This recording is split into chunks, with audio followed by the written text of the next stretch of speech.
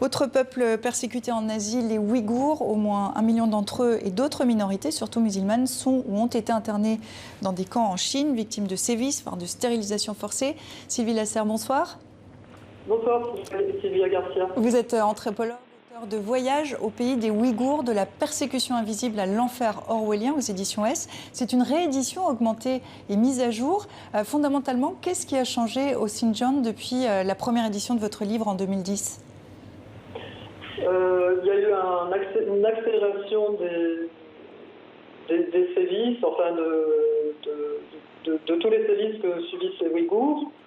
En fait, c'est arrivé avec l'arrivée au pouvoir en 2013 de Xi Jinping, puis en 2016, Chen Guangguo, qui est devenu responsable pour le Xinjiang du Parti communiste. Et lui, c'est quelqu'un qui avait sévi au Tibet.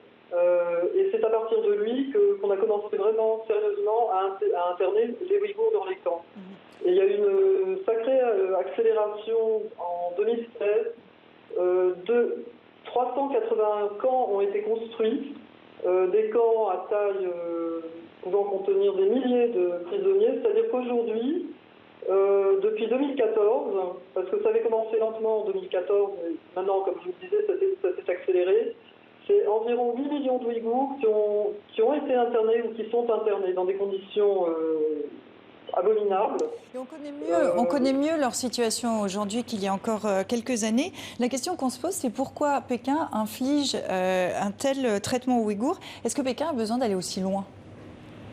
Alors voilà, c'est la question que tout le monde se pose. Et je pense que pour Pékin, les Ouïghours sont une épine dans le pied, une véritable épine dans le pied. Ils occupent 1/6 du territoire. Le Xinjiang, c'est 1/6 du territoire de la Chine. Bon, on le sait, ça regorge de pétrole, de gaz, de minerais précieux. Mais ce qui a accéléré ça, et ce qui fait que vraiment maintenant, Pékin veut éradiquer, je dis bien éradiquer les Ouïghours, c'est ce projet pharaonique des nouvelles routes de la soie, BRI. Ce qui est frappant. Et surtout... Pardonnez-moi, ce qui est frappant dans votre livre, c'est qu'il y a une espèce d'omerta, que ce soit du côté officiel ou du côté des Ouïghours. Comment on arrive à se documenter sur cette région du monde et sur les conditions de vie des Ouïghours ? Alors justement, on est dans une dictature, donc il n'y a pas de... Comment dire, on ne peut pas travailler comme un journaliste normal quand on travaille dans une dictature et qu'en plus la Chine cache, dissimule, donne des fausses versions, etc. Donc, c'est par témoignage, c'est par des recoupements. Et souvent, enfin, je l'ai vérifié là, depuis 15 ans que je travaille sur le sujet, on apprend la vérité, enfin la vérité éclore 15 ans, 2 ans après les faits, en fait. Voilà. D'un mot pour conclure, comment vous voyez le futur du peuple ouïghour ? C'est même pas le futur, c'est que... Comment ? Aujourd'hui, en fait, la situation est dramatique, beaucoup plus que ce qu'on ne veut bien le croire. Ils sont en passe d'être totalement éradiqués. Ça concerne quand même 18 millions d'Ouïghours, dont 8 millions passés par les camps. On parle d'exécution sommaire. On a eu de très rares témoignages qu'on a obtenus, parce que ce ne sont pas des Chinois, ce sont des Kazakhstanais Ouïghours, qui ont pu témoigner en s'échappant vers le Kazakhstan et ensuite vers l'ouest. C'est abominable, ça ressemble au traitement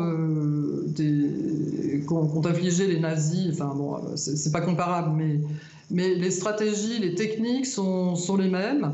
Et aujourd'hui, je pense qu'il est déjà très très tard. Alors, ce qu'il faut faire, et de toute urgence, c'est vraiment prendre des mesures